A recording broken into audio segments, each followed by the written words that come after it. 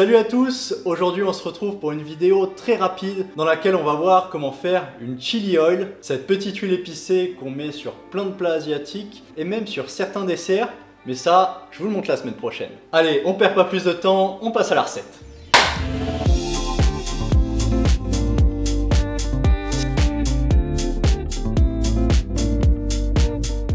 Donc pour cette recette, tu vas avoir besoin d'un bâton de cannelle, d'un anis étoilé, d'une petite feuille de laurier, de poivre noir, de poivre de Sichuan, de sésame blanc, des flocons de piment et un petit peu de sel. Tu vas également avoir besoin d'aromates, un bout d'oignon cébette, 2 gousses d'ail et un petit morceau de gingembre. Mais aussi d'un petit peu de vinaigre de riz et bien évidemment de l'huile neutre. Alors tu peux également ajouter à cette liste des clous de girofle et de la cardamome. Moi perso, j'en avais pas à la maison, mais t'en fais pas, on peut très bien faire sans.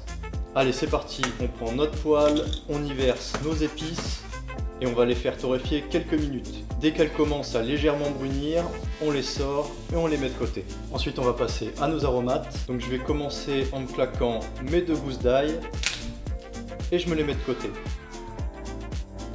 Je vais venir me couper des morceaux de gingembre et je vais me couper ma cébette. Et pareil, je me les mets de côté et maintenant je vais venir faire chauffer mon huile et infuser mes aromates. On se prend une casserole, on vient verser notre huile et on va y jeter nos aromates pour les faire infuser quelques minutes. Et là, comme avec nos épices, dès que ça commence à brunir, on vient retirer du feu.